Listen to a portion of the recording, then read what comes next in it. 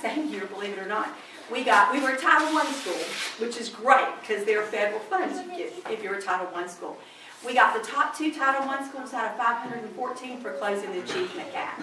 Now, we're not a Title I school anymore.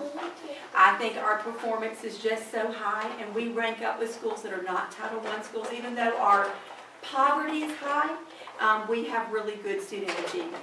So we don't get to have the classification. Some people look at that as a stigma. We always love the federal funds you got because those monies have stayed in place when some other things have been cut. But it's huge. I mean, it has spilled over to some huge things. We're not looking for awards. But I'm telling you, they just come our way. And it just makes me think about, our greatest resource in our school are those little ones that walk in our door. When you have this one, we get this every day. We get this every single day. They're precious. We have almost 500 of these every single day. Some of them come from 2 parents that love them. Some come from a grandmother that's raising that loves them. And then we have some that come from very, very, very, very difficult situations. And it's hard. And I don't care what school you go to. I don't care if it's a private school. Everybody has children who are coming from homes that have some issues and some things that are going on. And I'll tell you, we do a lot to try to work and support our families. We do the Thanksgiving box. Our faculty does a lot of things. We try to do that for about 4 or 5 needy families, and we give them everything from the turkey to the dressing to everything. We do the angel tree at Christmas, and we open it up to everybody. It could be here too, to parents, but a lot of times the teachers are the ones that are taking the angels off the Christmas tree to help provide Christmas for others. Teachers will not let a child be without a coat. They will buy them a coat. We'll buy them shoes. And Barrier Island is coming up, and we have some 5th graders that can't pay to go to Barrier Island. We're working together. I'll pay half, can you pay half?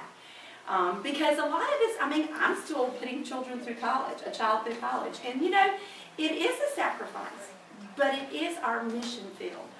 And we appreciate, I know in Acts 20:35, it says, "In everything I did, I showed you by this kind of hard work, we must help the weak, remembering the words that the Lord Jesus himself said, it is more blessed to give than receive."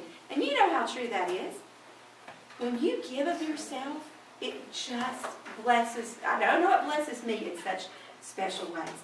Now, we have already had a great relationship with St. James Church. You need to know.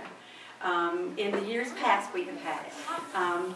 The pastor has served on our school improvement council, and Chris is going to serve this year on our school improvement council. He is our biggest community person on that committee. We already have 2 or 3 volunteers that are in the library. And let me tell you, that is not really a fun job. What are you doing? You're shelving books all day, aren't you? At our library, this happens at no other school in my district. Our kids can check out 5 books at a time. Most of the time, and it can be every day if they need it. If they go home and read it, they can come back and check out the books. Most schools in our district, they check out 2 books once a week. With that being said, is there not always a pile of books that need to be reshelved? When I come to work on Thursday morning, Gail will tell you I'm coming in going, And it takes it. And for the hours you spend putting those books back on the shelf, just know, you have it so that Emma Ruth and some of these other wonderful children can go get that book.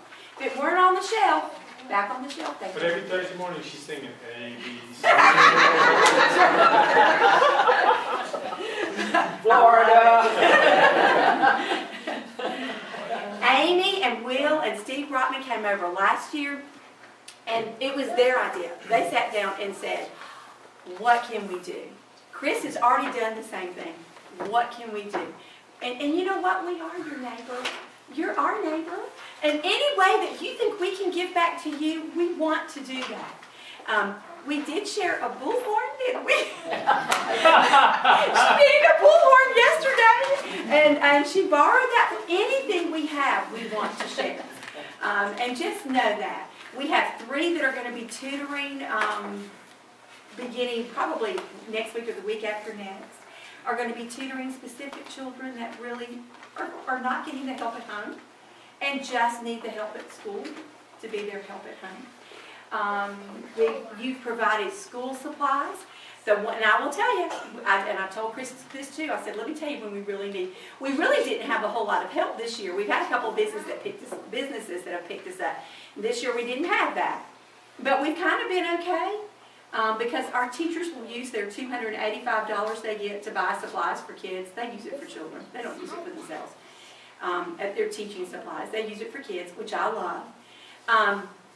But what happens is book bags break, and then parents don't replace them. So around December and January, we're always in the need of like extra book bags, and then extra school supplies at that point too.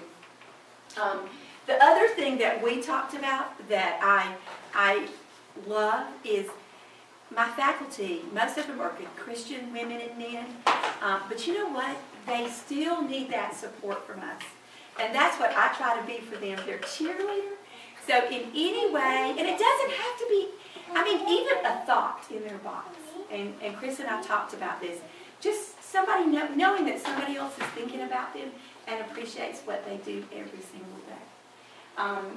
You are missionaries. We all are missionaries in different ways. And I just want to thank you so much for what you do. That's a big part of being here today. I wanted you to know about us.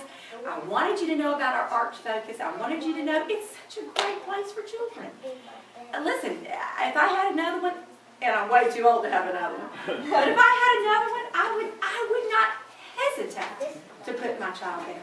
My teachers bring their children there. Only one or two of them now live in the attendance area, and they bring their children there. What can I say? They know better than anybody what happens in the classroom. So I know I took way too long, didn't I? But I wanted to say thank you for what you do. Thank you for thinking of us, and especially thank you for praying for us.